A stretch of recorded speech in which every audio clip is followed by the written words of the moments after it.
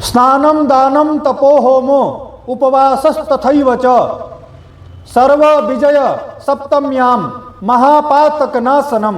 ऐसा कहा गया है कि स्नान, दान, तप, होम, जप, साधना जो भी कोई महासप्तमी यानी विजया सप्तमी में करता है तो महापातकनाशनम, पापों के पहाड़ों को जला करके राख कर देता है। नमस्कार, नमो नारायण भक्तों, स्वागत है आप सभी का। भक्तों, 8 दिसंबर 2024 रविवार, इस दिन बहुत अद्भुत और दिव्य संयोग बन रहा है। इस दिन सप्तमी है।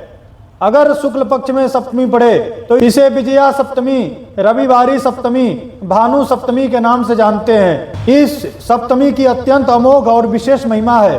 भक्तों, हमारे धर्म पुराणों एवं शास्त्रों में कहा गया है कि यह सप्तमी हमारे जन्म जन्मांतर के पाप के पहाड़ों को जला करके राख कर देती है। जो भी हमने जाने और अनजाने में पाप किए हैं वो सारे पापों को यह सप्तमी धो देती है, मिटा देती है।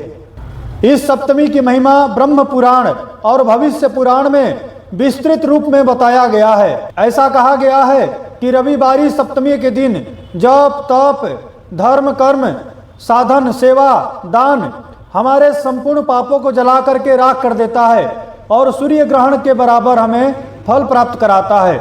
भक्तों, सूर्य ग्रहण में दान करने से 10 लाख गुना फल प्राप्त होता है। जो कोई व्यक्ति सूर्य ग्रहण में दान करता है उसे 10 लाख गुना बराबर फल मिलता है।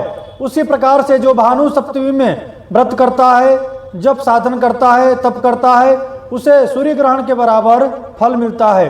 बहुत विशेष महिमा है इस रविवारी सप्तमी, भानु सप्तमी, विजया सप्तमी की। सर्वत्र यश, कीर्ति, विजय लाभ को प्राप्त कराता है यह भानु सप्तमी का व्रत।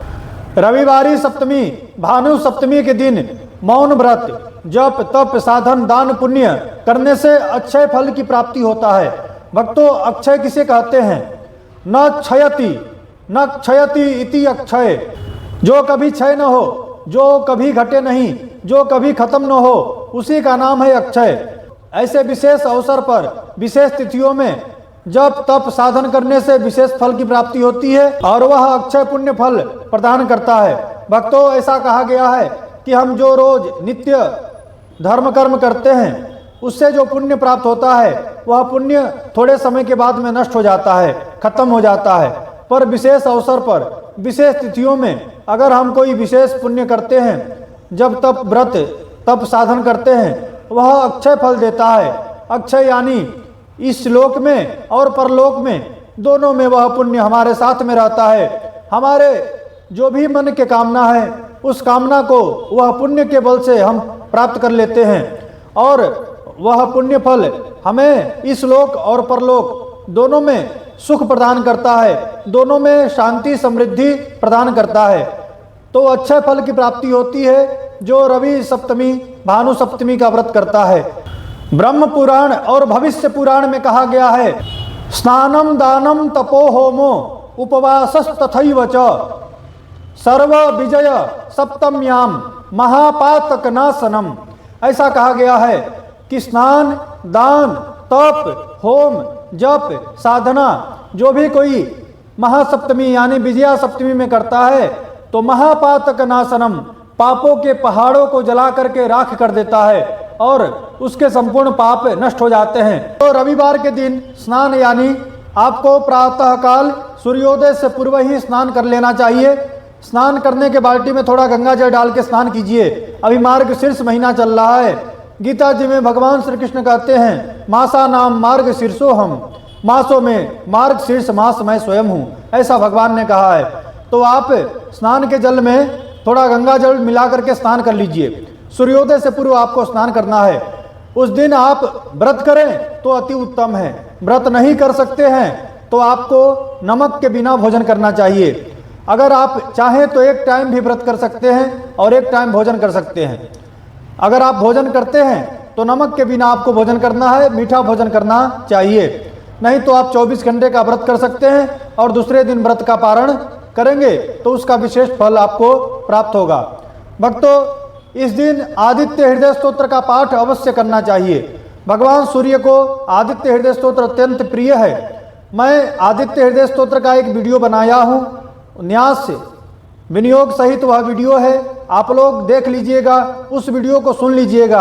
आप पाठ नहीं कर सकते हैं तो लाल आसन के ऊपर बैठ करके स्नान करने के बाद वह वीडियो को देखते हुए वह पाठ का श्रवण कर लीजिएगा। उसका लिंक मैं इस वीडियो के डिस्क्रिप्शन में डाल दूंगा, आप लोग वह देख लीजिएगा। भक्तों, तांबा के लोटा में जल भरना है, उसके अंदर गुड़ का जल, गुड़ को भिंगा दीजिएगा, गुड़ का जल उसको जल के अंदर मिला दीजिएगा। फिर अंदर आपको लाल कंकु डालना है, लाल चंदन अथवा लाल कंकु कुछ भी डाल सकते हैं। चावल की जगह गेहूं डाल लीजिएगा, एक लाल पुष्प ले लीजिएगा, पूरब दिशा की ओर मुंह करके आपको सूर्य भगवान को अर्घ्य देना है। अर्घ्य में ओम ब्रह्म स्वरूपिणे श्री सूर्य नारायणाय नमः ऐसे बोलते हुए एक बार अंजलि देना है। दूसरे बार ओम ब्रह्म स्वरूपिणे श्री सूर्य नारायणाय नमः ऐसे बोलते हुए दूसरे बार अंजलि देना है। फिर ओम ब्रह्म स्वरूपिणे श्री सूर्य नारायणाय नमः ऐसे बोलते हुए तीसरे बार आपको अंजलि देना है। ऐसा आप नहीं बोल सकते हैं तो ओम घृण सूर्याय नमः इदम अर्घ्य दत्तम नमः ऐसा बोलते हुए एक अंजलि दीजिए। फिर दूसरी अंजलि ऐसे ही बोलते हुए, तीसरी अंजलि ऐसे ही बोलते हुए आपको अर्पण करना है। उसके बाद दो हाथ जोड़ करके भगवान सूर्य के 12 नाम लेना है और सूर्य भगवान को नमस्कार करना है। शास्त्र में कहा गया है आदित्यस्य नमस्कारम एकुर्वन्ति दिने दिने जन्मांतर सहस्त्रेषु दारिद्र्यम नोपजायते। आहा, क्या हमारे संतों ने, ऋषि मुनियों ने, महात्माओं ने कहा है। भक्तों, ऐसा कहा गया है कि सूर्य भगवान को नित्य अर्घ्य दे करके सूर्य भगवान को जो व्यक्ति नमस्कार करता है तो उसको एक नहीं 1000 जन्म में भी उसके कुल में कोई दरिद्र निर्धन व्यक्ति का जन्म नहीं होता है। इतनी बड़ी महिमा है सूर्य को अर्घ्य देने का और नमस्कार करने का। तो सूर्य भगवान के 12 नाम बोलते हुए आपको नमस्कार करना है। और सूर्य भगवान के 12 नाम इस प्रकार से है। ओम सूर्याय नमः, ओम मित्राय नमः, ओम रवये नमः, ओम भानवे नमः, ओम खगाय नमः, ओम पुष्णे नमः, ओम हिरण्यगर्भाय नमः, ओम मारीचाय नमः, ओम आदित्याय नमः, ओम सावित्रे नमः, ओम अर्काय नमः, ओम भास्कराय नमः। यह भगवान सूर्य के 12 नाम थे। भक्तों, यह 12 नाम लेते हुए उनको नमस्कार कर लीजिएगा, प्रणाम कर लीजिएगा।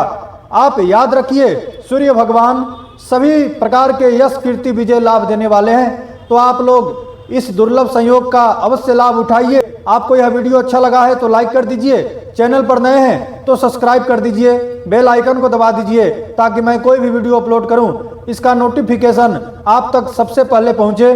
आप सभी को श्री हरि, आप सभी को नमो नारायण। ओम श्री मात्रे नमः।